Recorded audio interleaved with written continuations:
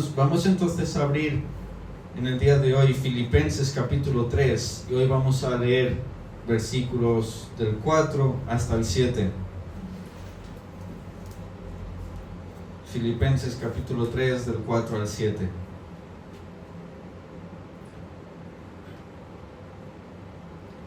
Si lo tienen, hermanos. Amén. Dice la palabra del Señor: aunque yo tengo también de qué confiar en la carne, si alguno piensa que tiene de qué confiar en la carne, yo más, circuncidado al 8º día, del linaje de Israel, de la tribu de Benjamín, hebreo de hebreos, en cuanto a la ley, fariseo, en cuanto a celo, perseguidor de la iglesia, en cuanto a la justicia que es en la ley, irreprensible. Pero cuantas cosas eran para mi ganancia, las he estimado como pérdida por amor de Cristo. Amén, hermanos. Amén. Hermanos, la predicación de hoy, no sé si lo pudieron ver ahí en el aviso de esta semana, pero se llama Cuando el currículum no sirve de nada. Hermanos, la verdad es que todos nosotros, todos los seres humanos, de una forma u otra, construimos como nuestra identidad en base, que está basada en nuestros logros, en nuestros méritos, en nuestros antecedentes, en nuestras obras. Algunos, hermanos, construimos una identidad desde una perspectiva, digamos, secular, es decir, del mundo, que está basada, por ejemplo, en logros académicos, en buena reputación, en una familia ejemplar, en un buen trabajo. Por ejemplo, podemos decir, mira, yo vine y estudié en el colegio tal, o yo soy de la familia, yo qué sé, tal de Andorra, ¿verdad? La más poderosa, la más rica, ¿verdad? Tengo cierta influencia, o yo tengo un buen trabajo. Por ejemplo, hermanos, no me vais a dejar mentir, pero aquellos que son como de una generación más antigua, vamos a decir así, ¿verdad? Que tenéis más edad, sabéis que para vuestros padres, ¿verdad? Que lo que serían, por ejemplo, mis abuelos, tener un título, ¿verdad? Era algo, wow, era algo sumamente importante para ellos, ¿verdad? Ellos podrían endeudarse, podrían dejar de comer, podrían hacer de todo con tal de que su hijo fuera a la universidad, sacara una carrera y con eso consiguiera un buen trabajo. Porque, hermanos, en el pensamiento del mundo, incluso nosotros, ¿verdad? Fuimos como, en cierta medida, ¿cómo decirlo? Hemos adoptado, quizás nos ha influenciado un poco ese pensamiento de es que trabajar como cajera en un supermercado no es tan digno como ser médico, o como ser banquero, o como ser arquitecto, ¿verdad? Entonces yo siempre voy a aspirar a más. Entonces basamos nuestra identidad en eso mismo, en nuestros logros, en aquello que hemos conseguido, en aquello que hacemos, ¿verdad? En que yo conseguí un buen trabajo. O quizás lo hacemos desde una perspectiva religiosa. Por ejemplo, yo estoy bautizado, yo soy un cristiano superior porque yo ya pasé en las aguas, y todos aquellos que no han pasado, pues todavía no están a mi nivel. Puede que sean cristianos, puede que, mira, se estén preparando, pero no están a mi nivel, porque claro, yo me bauticé, yo soy miembro de una iglesia, y además de una buena iglesia, y además con una iglesia que tiene un montón de años de historia, que no nació ayer. Yo no soy como estos que tienen la iglesia en el garaje. Mi iglesia es una catedral, hermano. Yo vengo de una iglesia con un edificio, un templo espléndido. Ahí no se toca batería, que eso es del diablo, ¿verdad? Estoy de broma, Juan Ramón, claro que no. Sino que ahí se toca el órgano, el piano, ahí cantamos los salmos solamente, ¿verdad? Eso también es construir una identidad basada en cosas, en logros, ¿verdad? En cierta reputación. O yo sirvo mucho en la iglesia, o simplemente yo tengo un gran conocimiento teológico, un gran conocimiento espiritual, yo acabé un seminario, yo soy doctor en teología y vosotros no, ¿verdad? Entonces hacemos ahí como una distinción, ¿verdad?, entre una clase de cristianos y otros, y al final estamos adoptando exactamente el modelo de pensar del mundo. Pero, hermanos, la verdad es que sea como sea, todos nosotros, incluso dentro de la iglesia y más dentro de la iglesia, tenemos un currículum espiritual con el cual tratamos de justificarnos a nosotros mismos, ante nosotros mismos, es decir, nos validamos nosotros por aquello que nosotros hacemos, por lo que está en nuestro currículum espiritual, pero también queremos enseñarlo a los demás como mira todo lo que yo hice por el Señor, mira qué bueno soy, ¿verdad? Pero es que además de todo esto, y lo peor quizás, bueno, quizás no sin duda, es que intentamos también presentar este currículum espiritual para justificarnos delante de Dios. En algún momento de nuestro caminar cristiano, puede que cojamos ese currículum, hermanos, y lo presentemos delante del Señor como nuestra entrada al cielo. Como mira todo lo que yo hice para que tú me permitieras entrar. Lo haríamos como si estuviéramos en una entrevista para cualquier trabajo, hermano, ¿verdad? Cuando tú llegas delante de tu entrevistador, tú le presentas tu currículum y tú esperas que él vea esa hoja y te diga, y tú esperas que eso sea como, mira, eso es lo que me cualifica a mí para entrar en este puesto de trabajo, ¿verdad? Tú me tienes que contratar o tú deberías contratarme porque soy bueno y lo que demuestra es todo lo que yo hice. Y lo puedes ver aquí en mi currículum. Ahora, el problema es que muchas veces hacemos esto, como ya he dicho, para entrar al cielo. Básicamente lo que estamos diciendo es, Dios, esto es realmente lo que me califica a mí para que tú me aceptes en el cielo. Tal como se lo dirías a cualquier entrevistador. Sin embargo, hermanos, el apóstol Pablo, al llegar ahora a este texto de Filipenses, nos va a mostrar que todo intento de confiar en la carne no solamente es insuficiente, sino que además es dañino, nos hace daño. ¿Por qué? Porque nos impide, hermanos, ver la excelencia de Cristo. A continuación, el apóstol Pablo nos va a presentar su propio currículum espiritual. Él va a decirnos, mira, esto es todo lo que yo soy. Nos lo va a abrir, lo va a desmantelar, lo va a desglosar, lo va a describir, nos va a presentar tal cual su currículum espiritual que él podría presentar ante cualquiera. Y nos va a enseñar que el verdadero evangelio empieza, hermanos, cuando nosotros consideramos como pérdida todo aquello que antes considerábamos como ganancia. Y esto lo vamos a ver mejor a medida que vayamos avanzando en el texto. Así que en el punto 1 de hoy, del texto de hoy, que va del versículo 4 al 6, vamos a ver el currículum del religioso ejemplar. No vamos a volver a leer, pero versículos del 4 al 6, hermano. Pablo aquí, acuérdense que él viene hablando de los judaizantes, ¿verdad? En los primeros 3 versículos él nos dijo, guardaos de los perros, de los malos obreros, ¿verdad? Que son aquellos que intentan judaizaros, que os intentan nuevamente esclavizar a la ley del pecado, ¿verdad? O tratar de que vosotros estéis bajo la ley con tal de ganar vuestra salvación a través de la obediencia a la ley. Y Pablo nos está diciendo, guardaos de los perros, guardaos de esos porque son falsos maestros.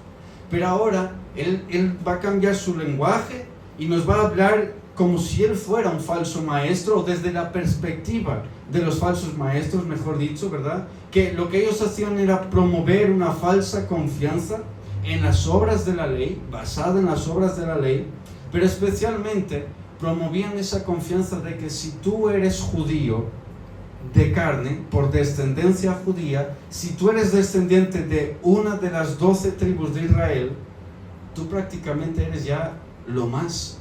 Tú ya no necesitas nada más porque tu justicia es superior a cualquier otra, simplemente por ser de la línea de Israel, hermano. Y además de esto promovían la obediencia externa a la ley. Pero Pablo les responde con una ironía, pero que está cargada de verdad. Lo que él les está diciendo es, si alguien pudiera confiar en la carne, yo podría más que cualquiera de vosotros. Pablo les está diciendo a esos falsos maestros, cualquiera de ustedes que quiere confiar en sus obras, que quiere ganarse la salvación por donde viene, por su descendencia, por quién es tu padre o tu madre, o por dónde naciste, por qué maestro te enseñó, por qué ley guardas tú, si tú te quieres jactar en eso, yo lo puedo hacer mucho más que cualquiera de vosotros.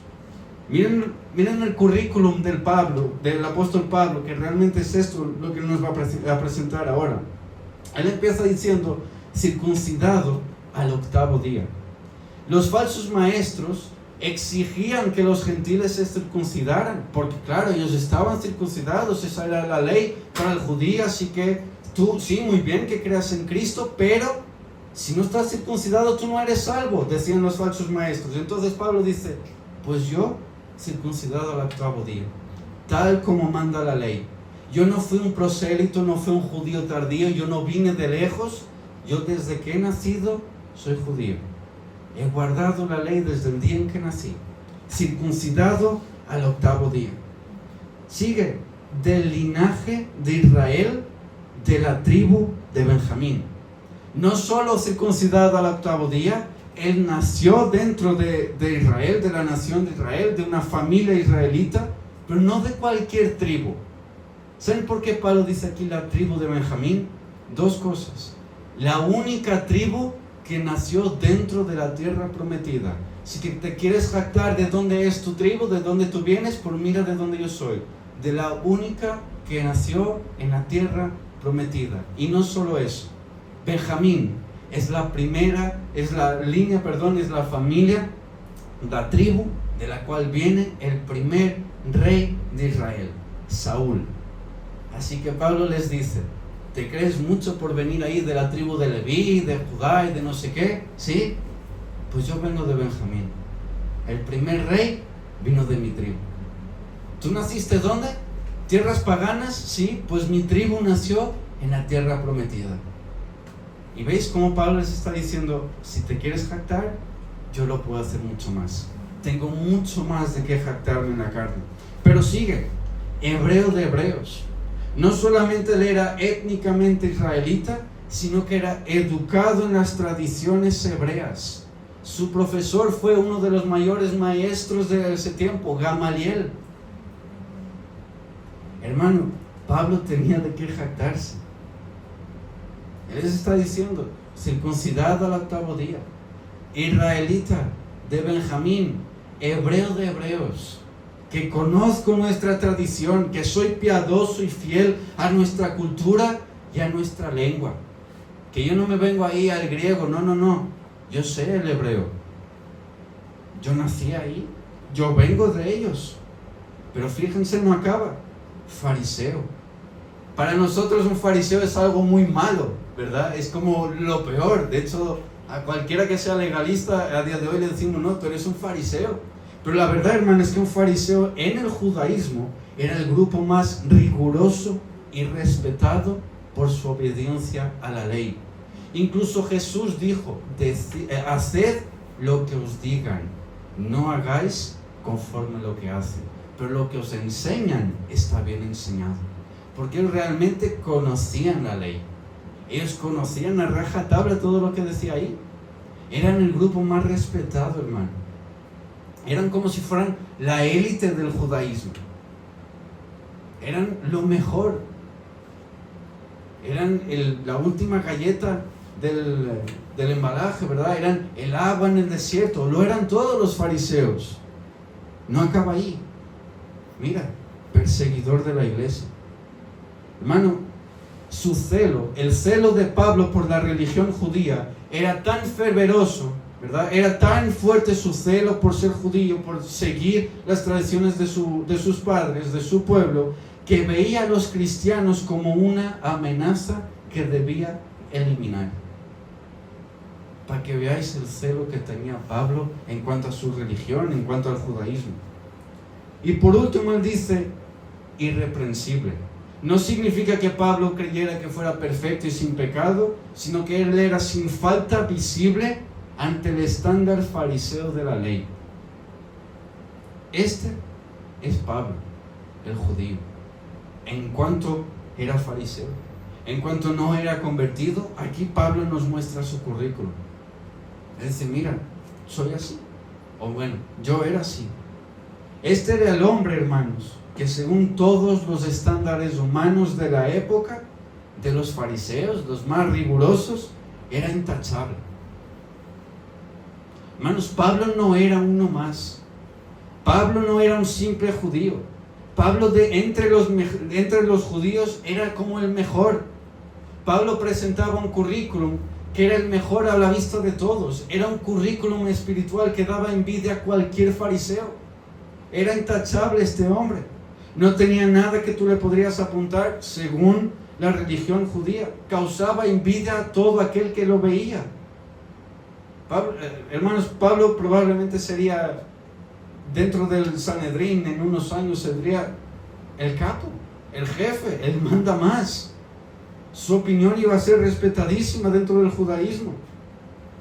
Pero sin embargo, esta vida religiosa impecable, hermano, que Pablo nos presenta aquí, era también su mayor obstáculo para conocer a Cristo.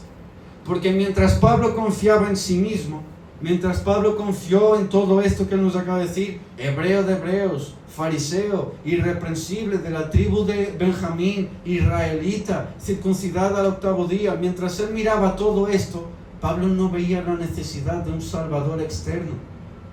Pablo, en cuanto a judío, simplemente pensaba, ¿y a mí quién me tiene que salvar? Pero si mírame, ¿salvarme de qué? Si no hay nada que apuntarme, si soy lo más, si he cumplido todo, si no fallo con nada. En cuanto a judío, Pablo creyó, hermanos, que era justo por sus obras y él no veía la necesidad de un salvador. Y miren, me gustaría que leyéramos Romanos capítulo 10, versículos 2 y 3. Romanos capítulo 10, versículos 2 y 3.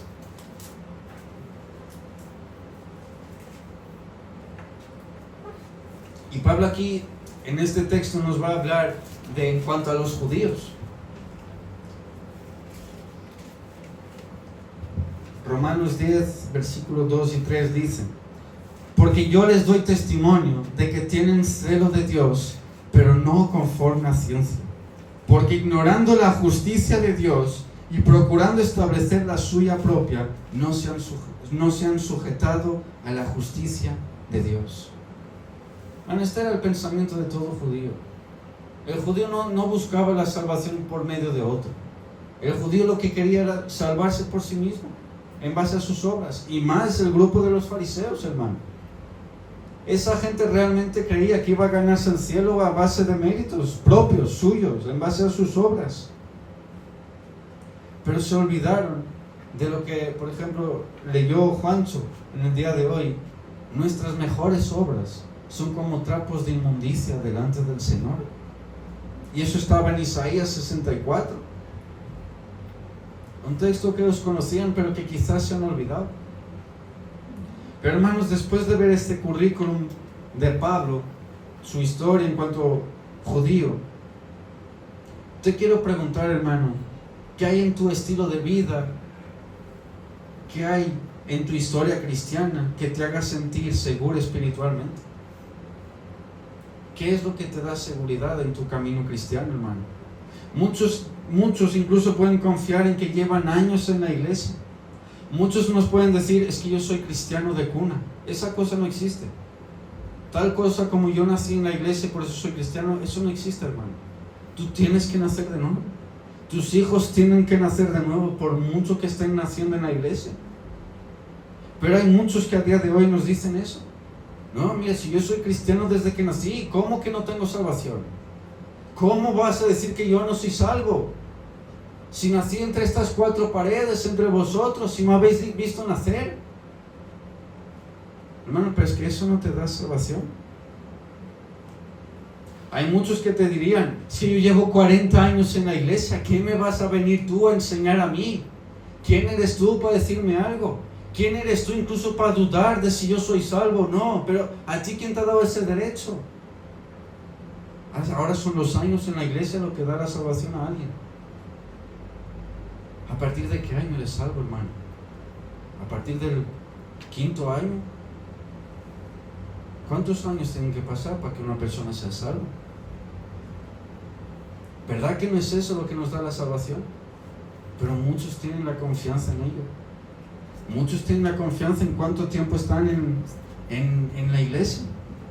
Hay otros, hermano, que quizás confían en su, vamos a decir así, en su conocimiento, en que acabaron un seminario, en que son doctores en teología, en que acabaron un cursillo en la iglesia, incluso en que vienen más a la iglesia que otros, incluso que vienen de una grande iglesia, como os decía antes.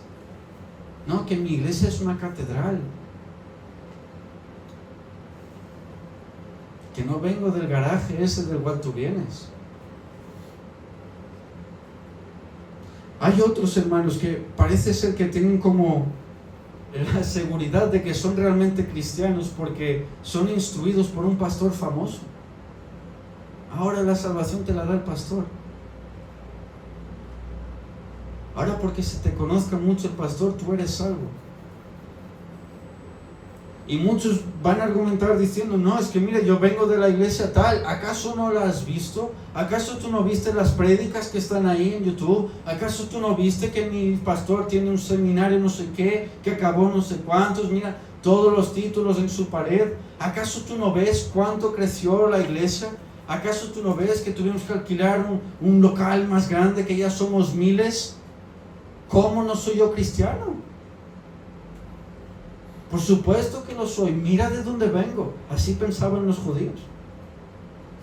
Así pensaban los fariseos. Así pensaban los falsos maestros a los que Pablo está apuntando en este texto. Eso era lo que decían ellos. Su seguridad no estaba en que Cristo murió por sus pecados, estaba en los méritos propios que ellos habían hecho, sean ellos cual sean.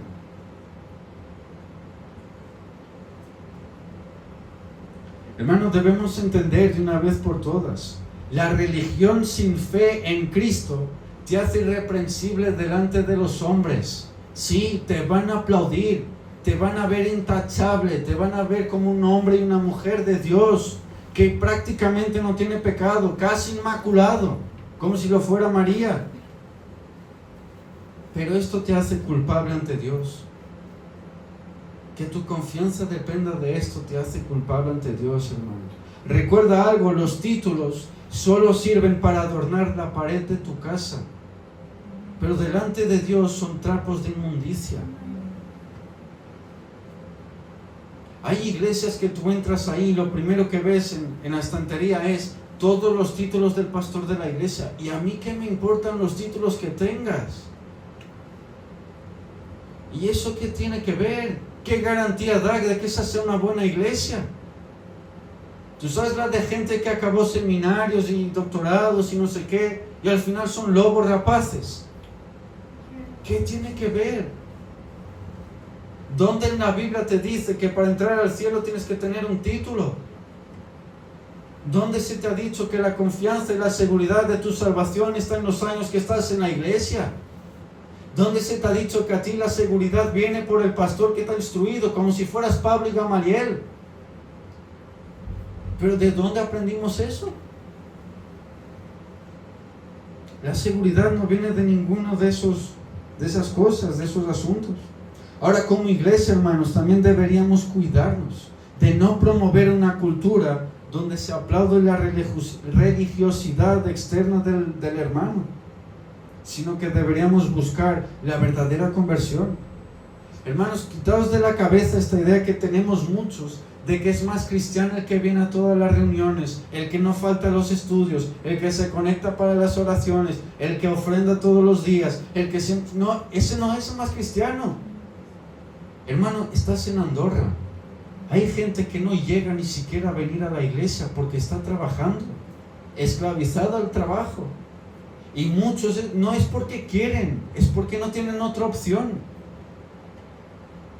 Y el día que tienen de fiesta, ese día están usando para hacer horas extra porque no llegan a final de mes. Y no vienen a la iglesia. ¿Y tú te crees más cristiano que ellos? ¿Crees que ellos son una especie de cristianos que no vale la pena? ¿Son un estorbo para nosotros? ¿Son alguien a quien no debemos cuidar, no debemos preocuparnos? No. Son igual que nosotros.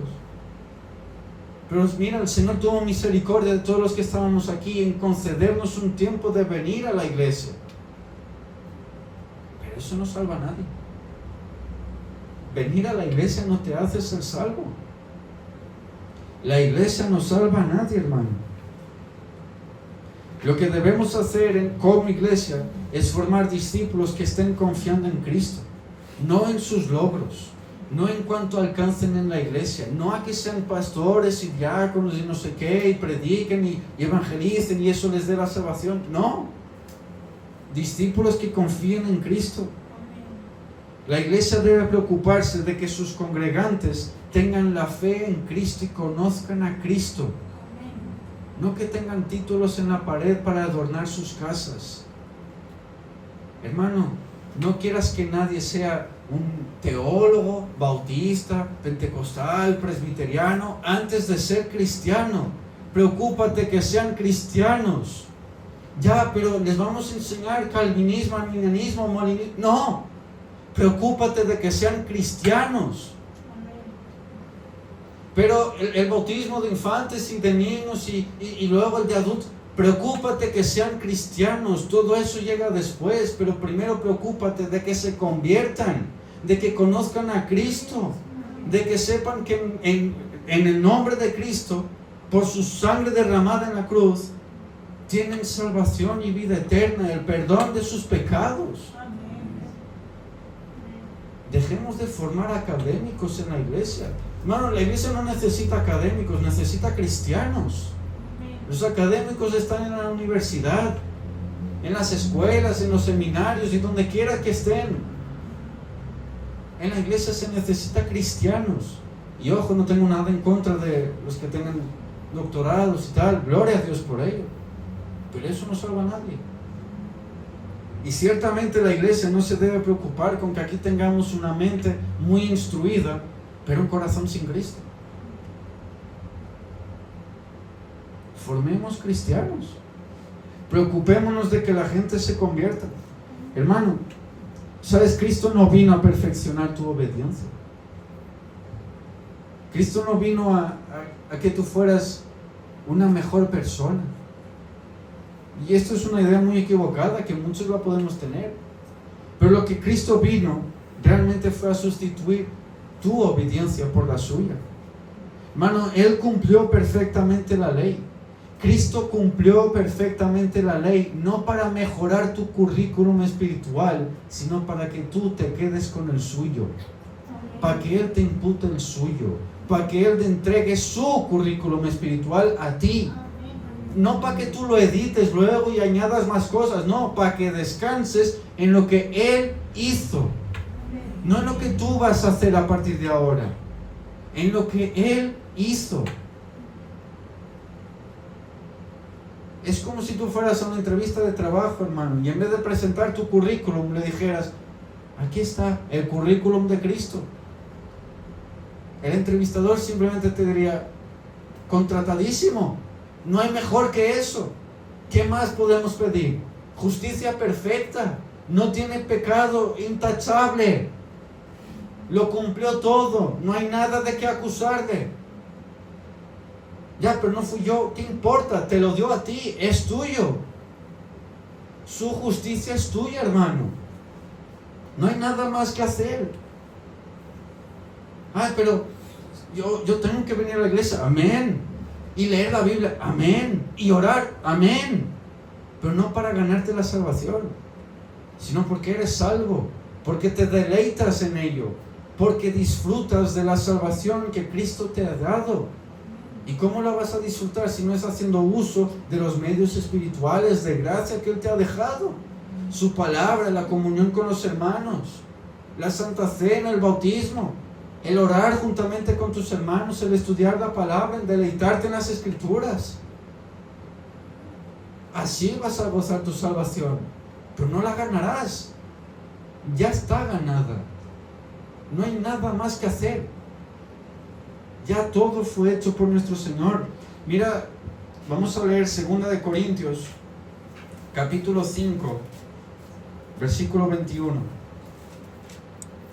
2 de Corintios, capítulo 5, versículo 21 dice: al que no conoció pecado, por nosotros lo hizo pecado, para que nosotros fuésemos hechos justicia de Dios en Él. Para que tú fueras hecho justicia de Dios en Él. No en lo que tú hagas, no en tus méritos, no en tus títulos, no en tu oficio pastoral, diaconal, de servicio de la iglesia, lo que tú quieras. Nada de eso, sino para que tú descanses en la justicia de Cristo. Y nada más. No es para que ninguno llegue a casa y diga: Señor, qué difícil ganarme la salvación.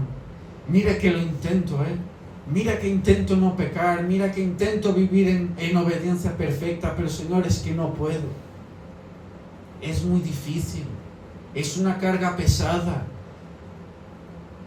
Hermano, simplemente el Señor te diría, ¿y quién te ha pedido eso? Si mi Hijo lo hizo todo por ti. Si su yugo es ligero, su carga es ligera, no es pesada. Si Él ya ganó la salvación para ti, ¿qué quieres ganar tú? Disfruta de la salvación que mi Hijo ha ganado para ti. Disfruta de la salvación de Cristo. Ya la tienes, hermano, es tuya. Por gracia, por medio de la fe. Así que una vez Pablo presenta su currículum espiritual a estos falsos maestros para que la iglesia tenga constancia de ello, llegamos entonces al versículo número 7 y al segundo punto de esta prédica de hoy, que es la conversión del contador, pérdida por ganancia. Y el versículo 7 sí lo vamos a leer, hermanos. Si me acompañan en Filipenses 3, versículo 7.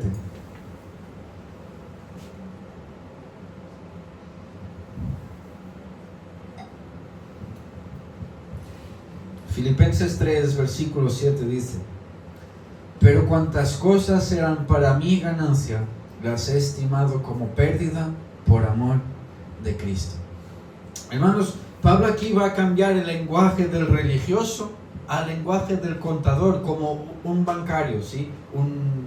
Sé que aquí tiene otro nombre también, pero es que no me acuerdo. Un contador de banco, ¿verdad? Alguien que lleva las cuentas. Un contable, eso es. Entonces, lo que Pablo va a hacer aquí, hermanos, es una auditoría espiritual.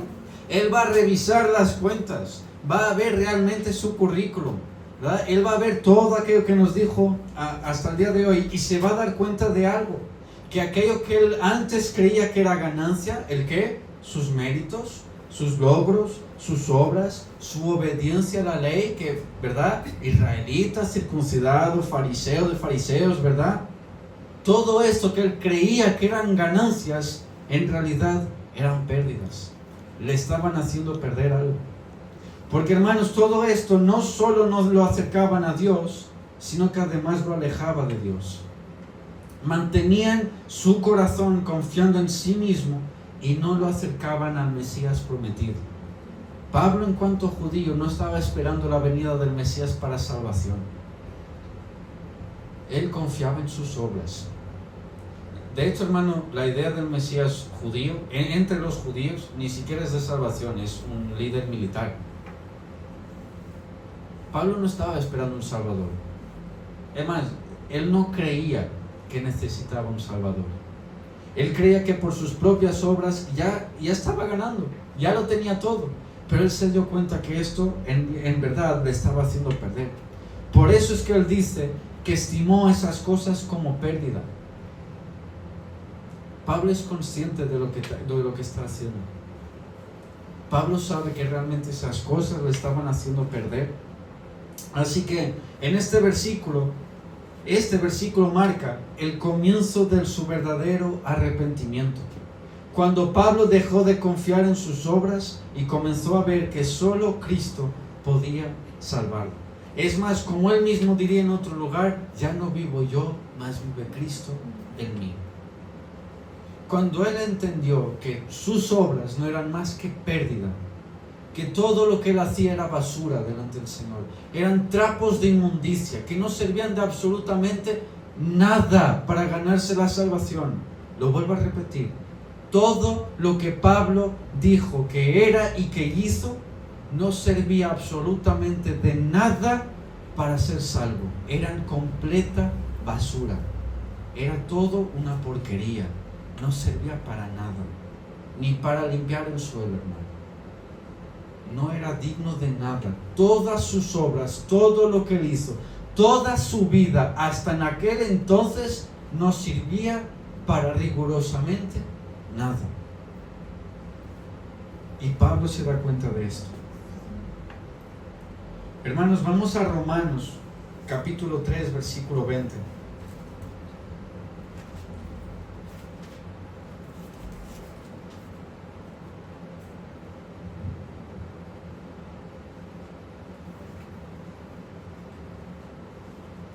Es más, vamos a partir del 19, Romanos 3, del 19 al 20, dice lo siguiente.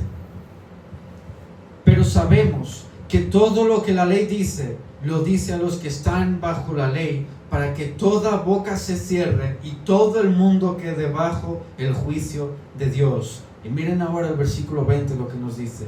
Ya que por las obras de la ley ningún ser humano será justificado delante de él, porque por medio de la ley es el conocimiento del pecado.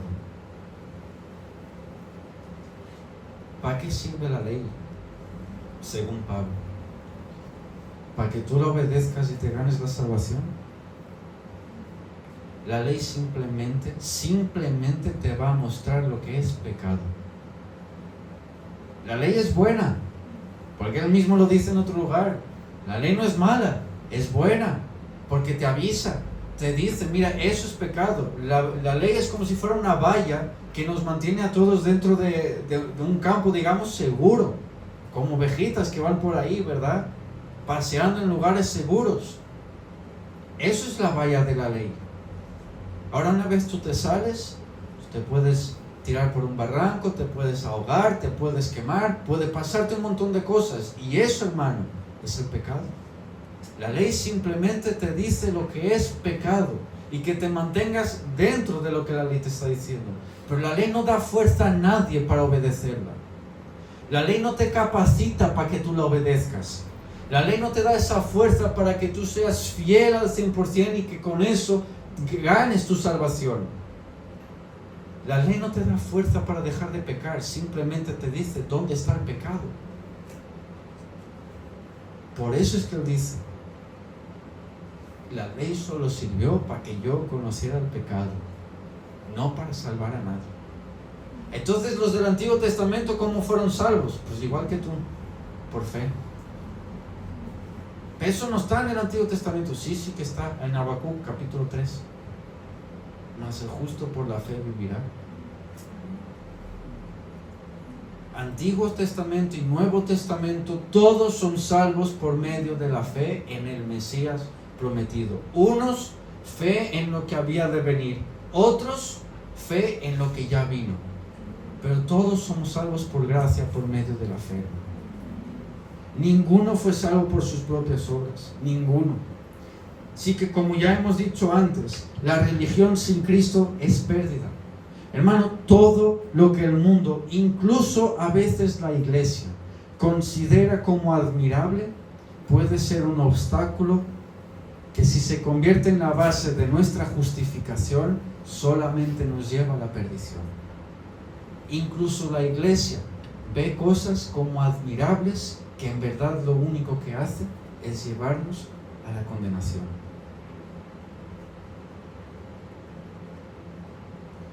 Debemos sacarnos de la cabeza ese cuento de que el que tiene más estudios de la Biblia es mejor cristiano. No es cierto. Miren, no sé quién lo dijo, pero lo voy a repetir, doy créditos a quien haya sido, pero lo haré como si fuera mío.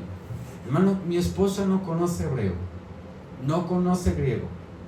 Hay doctrinas que no sabe ni siquiera su nombre. Pero os aseguro una cosa, me ha enseñado muchísimo más de lo que es la vida cristiana práctica, de cómo vivir el cristianismo, de cómo ser amable con los hermanos, de cómo llorar por los hermanos, de cómo preocuparse por los hermanos, sin saber griego ni hebreo. Imagínate si lo supiera. Pero igual que ella, hermano, todos vosotros me habéis enseñado mucho más de la vida cristiana práctica. Es cierto, la iglesia está para ello. Por eso os he dicho, no debemos buscar crear académicos aquí en la iglesia. No debemos buscar que todos nuestros congregantes sean grandes teólogos que escriban libros y cada uno monte un seminario. ¿Para qué? Ya hay muchos. Necesitamos gente en la calle que esté evangelizando. Necesitamos gente en los hospitales que esté visitando a los enfermos. Necesitamos a gente que vaya a las calles, a los mendigos que no tienen que comer, que les llenen sus barrigas y luego su alma con la palabra de Dios. Necesitamos a gente que esté dispuesta a servir a los hermanos aquí dentro, que se preocupe con los hermanos. No necesitamos grandes académicos, necesitamos cristianos. La iglesia está hecha por cristianos, hermano, no por títulos, por cristianos, por personas que siguen a Cristo y han dado su vida por Cristo. Hermano, ninguna tradición, nada de lo que te digan los hombres que tú debes seguir porque esta es tradición, nada de eso. Ningún servicio, ningún estudio, ni siquiera tu propia historia cristiana te va a hacer justo delante de Dios. No hay mérito alguno que puedas añadir por ti mismo para tu justificación. Por tanto, no busquemos añadir méritos. No busquemos hacer las cosas para ser salvos, para ser vistos, para que eso nos aplauda. La salvación ya nos fue dada en Cristo. Hermanos, miren, vamos a leer Lucas capítulo 18, versículo 14.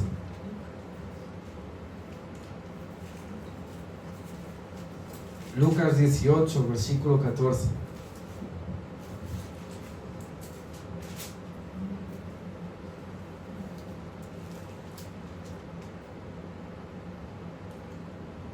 Vamos a leer a partir del 10. Es la parábola, hermano, del fariseo y el publicano. Lucas 18 a partir del 10. Miren lo que dice. 2 hombres subieron al templo a orar. Uno era fariseo y el otro publicano. El fariseo, puesto en pie, oraba consigo mismo de esta manera: Dios, te doy gracias porque no soy como los otros hombres, ladrones, injustos, adúlteros, ni aún como este publicano. Miren lo que dice ahora el fariseo. Ayuno 2 veces a la semana, doy diezmos de todo lo que gano. Y ahora miren la oración del miserable publicano en el 13. Mas el publicano, estando lejos, no quería ni aún alzar los ojos al cielo, sino que se golpeaba el pecho diciendo: Dios, sé propicio a mí, pecador. Os digo que éste descendió a su casa justificado antes que el otro. Porque cualquiera que se enaltece será humillado, y el que se humilla será enaltecido. Y este es un problema de la iglesia actual. Porque muchos venimos a la iglesia, hermanos, y justificamos nuestra cristiandad, nuestro cristianismo a base de: yo ayuno mucho, 3 veces a la semana, hago como los musulmanes, en cuanto hay sol yo no como, yo oro 5 horas al día, voy a dormir a las 2 de la mañana para orar por todos vosotros, yo estudio mucho, estoy a veces con sueño en el trabajo porque me pasé la noche estudiando la Biblia, yo evangelizo mucho, más que todos en la iglesia. Voy por las calles y hablo a todo el mundo de Cristo, y tú no hables a nadie. Tú no hablas de Cristo a nadie. Mira qué poco cristiano eres. Que mi familia tiene 50 años en el cristianismo. He convertido a todos en mi casa. Hasta el perro está convertido. No como sin orar. Y vamos justificando nuestro cristianismo, hermano, en base a estas cosas. Y aunque algunas de ellas son buenas, ayunar no es malo, orar no es malo, estudiar la Biblia no es malo, pero ciertamente si tú pones tu confianza en ellas, es peligroso. Es muy peligroso. Creer que eres cristiano solo porque haces todo esto es muy peligroso. Hermano, ayunan hasta los paganos. ¿Tú sabes lo que es? Por ejemplo, hay un ritual que es muy típico en Sudamérica, que es con ayahuasca. Es una bebida extraída de 2 plantas. ¿Tú sabías que ellos para tomar eso ayunan? ¿Cuánto? 72 horas, muchos de ellos. ¿Lo sabías? Pero tú te crees muy cristiano porque ayunas un día. Ayunar, todos ayunan, ¿eh? ¿Te crees cristiano porque oras 5 horas seguidas? Hermano, hay viejitas en la iglesia católica que están todo el día rezando a María, todo el día. ¿Te crees cristiano porque oras mucho? Los paganos oran más, a sus deidades, claro, pero oran más. Que nadie les va a responder, es cierto, pero hacen más. ¿Crees que evangelizas mucho? Los testigos de Jehová van puerta por puerta y son una secta. Y los mormones más de lo mismo. Se ponen ahí en las plazas a predicar. Y tú te crees muy cristiano porque evangelizas mucho. Hermano, los paganos hacen más. ¿Crees que estudias mucho la Biblia? ¿Cuánto crees que estudió un médico de medicina? ¿Cuánto crees que estudió el que te va a operar la semana que viene?